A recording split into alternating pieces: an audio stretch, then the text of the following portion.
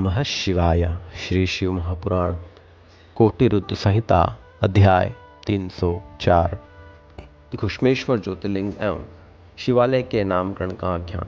शिव जी बोले, अपनी छोटी बहन के पुत्र को देखकर बड़ी बहन दुखी हुई और वह उसके पुत्र सुख को सहन न करती हुई उससे विरोध करने लगी।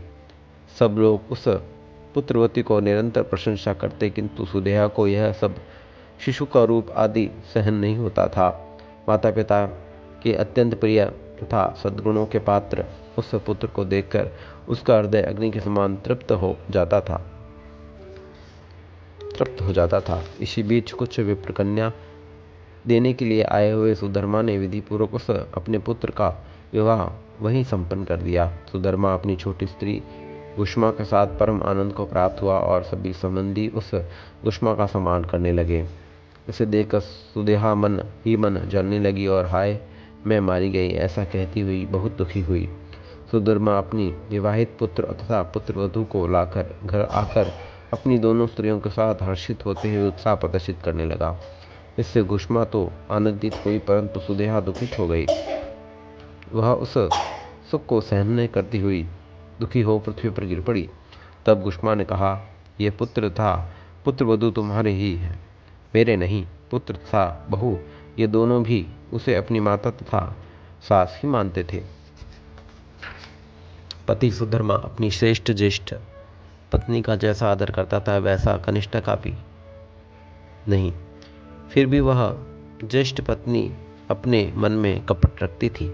एक दिन ज्येष्ठा सुदेहा ने दुखी होकर अपने मन में विचार किया कि मेरे इस दुख की शांति कैसे होगी। सुदेहा मन ही मन बोली, मेरे हृदय की अग्नि गुष्मा के दुख जनित आंसुओं से ही शांत होगी, अन्य किसी प्रकार नहीं। यह निश्चित है। इसलिए मैं आज ही मधुर भाषण करने वाले उसके पुत्र को मार डालूंगी। यह मेरा दृढ़ निश्चय है। आगे जो होनहार होगा वह तो होकर ही रहेगा। सूत जी बोले, हे ब्राह्मणों, कपटी मनुष्य को कर्तव्य अकर्तव्य का विचार नहीं करता रहता। कठोर सौतिया डाह का भाव प्राय अपना ही विनाश कर देता है। एक दिन सुधर्मा की ज्येष्ठ पत्नी ने छुरी लेकर रात में वधू के साथ सोए हुए पुत्र के अंगों को खंड खंड कर काट डाला।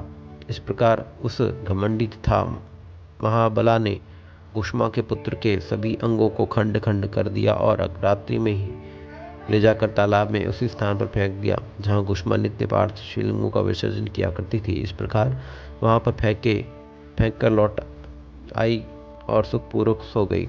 प्रातःकाल होने पर गुष्मा नित्य कर्म करने लगी तथा श्रेष्ठ सुधर्मा भी स्वयं नित्य कर्म संपादन करने लगा।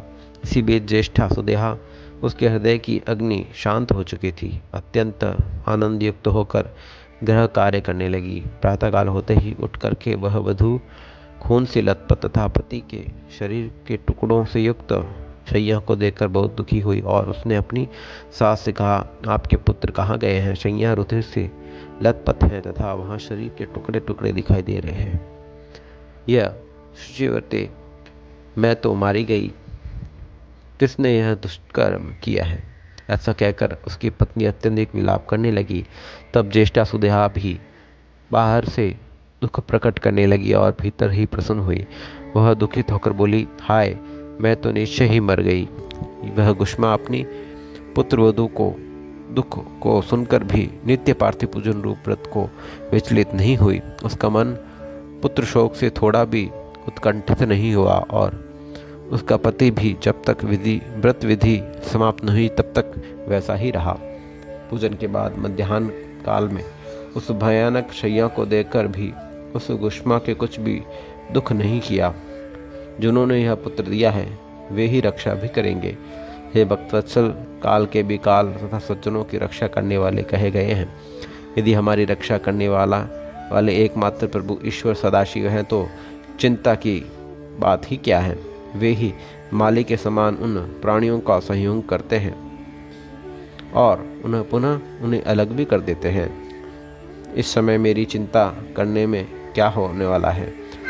इस तत्व का विचार कर वह दुखी नहीं हुई और शिवजी का ध्यान कर धैर्य धारण किए रही। स्थिरचित होकर पूर्व की भांति पार्थिव शिवलिंगों को लेकर शिव के नामों का उच्चारण करती हुई वह सरोवर के तट पर गई। जब वह पार्थिव लिंगों को डालकर वहीं लौटने लगी तब उसने सरोवर के तट पर खड़े हुए अपने पुत्र को देखा। पुत्र बोला, हे माता, आओ मैं तुमसे मिलूंगा।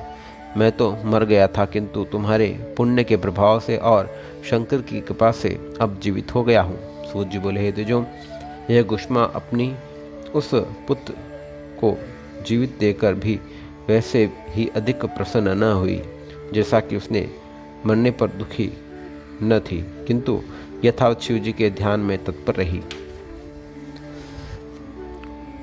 इसी समय वहाँ संतुष्ट हुए ज्योति स्वरूप सदाशिव शीघ्र प्रकट हो गए और उससे कहने लगे। शिव जी बोले, हे वरानने, मैं प्रसन्न हूँ, तुम वर मांगो। उस दुष्टा ने इसे मारा था, अब मैं अपने त्रिशूल से उसे ही मारूंगा। शिव जी बोले, तब विनीत हुई गुष्मा ने शिव जी को प्रणाम कर वर मांगा, हे नाथ, आप मेरी इस बहन सुदेहा की रक्षा कीजिए। शिव जी बोले, उसने तो अपकार किया है, फिर भी तुम उसका उपकार क्यों कर रही हो? दुष्ट कर्म करने वाली सुदेहा तो वध के योग्य है। गुष्मा बोले, हे प्रभु, आपके दर्शन मात्र से पाप नहीं रह जाता है, इसलिए आपका दर्शन करते ही उसके सभी पाप दूर हो गए हैं। जो पुरुष अपकार करने वाला के प्रति उपकार करता है, उसके दर्शन मात्र से ही पाप दूर भाग जाते हैं। हे देव, मैंने भगवान का ऐसा अद्भुत वाक्य सुना है, इसलिए हे सदाशिव, जिसने जैसा किया है वह वैसा करे। सूत जी बोले, इसके द्वारा इस प्रकार कहे जाने पर पक्षस कृपा सिंधु महेश्वर अति प्रसन्न हो गए और उन्होंने पुनः कहा। शिव जी बोले, हे गुष्मे, अब तुम कोई अन्य वर मांगो, मैं दूंगा। मैं तुम्हारी भक्ति से तथा निर्विकार स्वभाव से अत्यंत प्रसन्न हूँ, इसलिए तुम्हारा हित करना चाहता हूँ। सूत जी बोले, ऐसा वचन करके उसने कहा, यदि आप मुझे वर देना चाहते हैं तो आप संसार की रक्षा के निमित्त मेरे नाम से यहीं पर स्थित हो जाइए। तब अत्यंत प्रसन्न हुए महेश्वर शिव जी बोले, हे गुष्मे, मैं तुम्हारे नाम से गुष्मेश्वर के रूप में प्रसिद्ध होकर यहाँ निवास करूँगा और सबको सुख प्रदान करूँगा। यहाँ पर मेरा गुष्मेश्वर नामक शुभ ज्योतिर्लिंग प्रसिद्ध होगा और यह सरोवर सदा सभी लिंगों का निवास स्थान होगा, इसलिए यह शिवालय नाम से तीनों लोक में प्रसिद्ध होगा। यह सरोवर दर्शन मात्र से सदा सभी मनोकामनाओं को पूर्ण करने वाला होगा।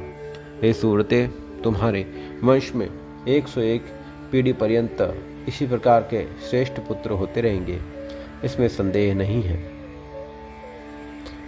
वे सुंदर स्त्री वाले, महाधनी, दीर्घजीवी, मेधावी, विद्वान, उदार, भोग मोक्ष के फल को प्राप्त करने वाले होंगे। उन सबको 101 पुत्र होंगे, जो गुणों में परस्पर एक से एक अधिक होंगे।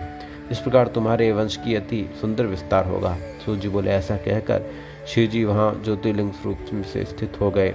वे गुष्मेश्वर नाम से विख्यात हुए और वह सरोवर शिवालय नाम से विख्यात हुआ।